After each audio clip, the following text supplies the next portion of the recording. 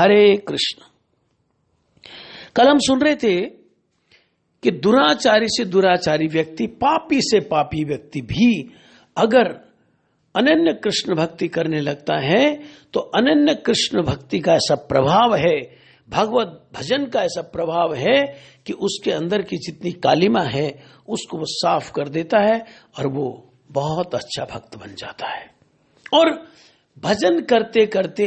अगर कभी थोड़ा सा वो फिसल जाता है तो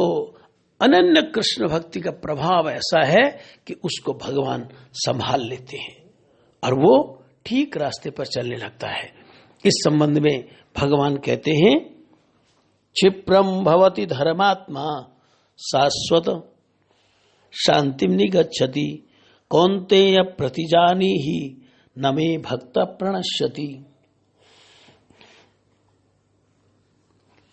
भगवान कहते हैं ऐसा व्यक्ति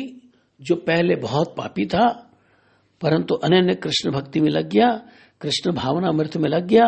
शुद्ध भक्तों का चरणाश्रय लेकर भजन जिसने करना शुरू कर दिया, वो धीरे धीरे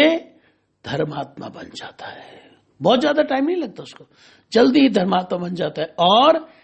स्थायी शांति को प्राप्त करता है। शाश्वत शांति में निगच्छति। भगवान आगे कहते, हे कुंती पुत्र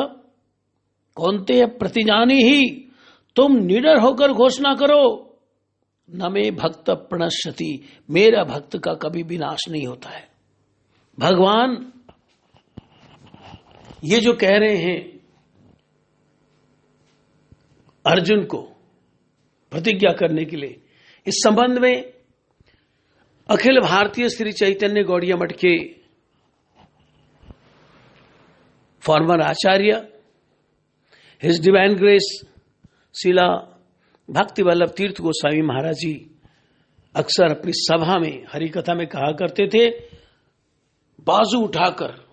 बाजू हवा में लहराकर, बड़े उत्साह के साथ, बड़े जोश के साथ, बड़ी गर्जन आवाज में कहते थे श्री कृष्ण की बात को, कि भगवान श्री कृष्ण अर्जुन को कहते हैं, हे अर्जुन, कर्मियों की सभा में, ज्ञानियों की सभा में, योगियों की सभा में उच्च स्वर से कहो, मेरे भक्त का विनाश नहीं होता है, मेरे भक्त का विनाश नहीं होता है। फिर आगे महाराज श्री कहते, अगर अर्जुन ये बोले कि प्रभु आप मेरे से क्यों बुलवा रहे हैं, आप बोलो, तो भगवान इसके उत्तर में बोलते हैं, कहते अर्जुन मैं तो बोल दूं,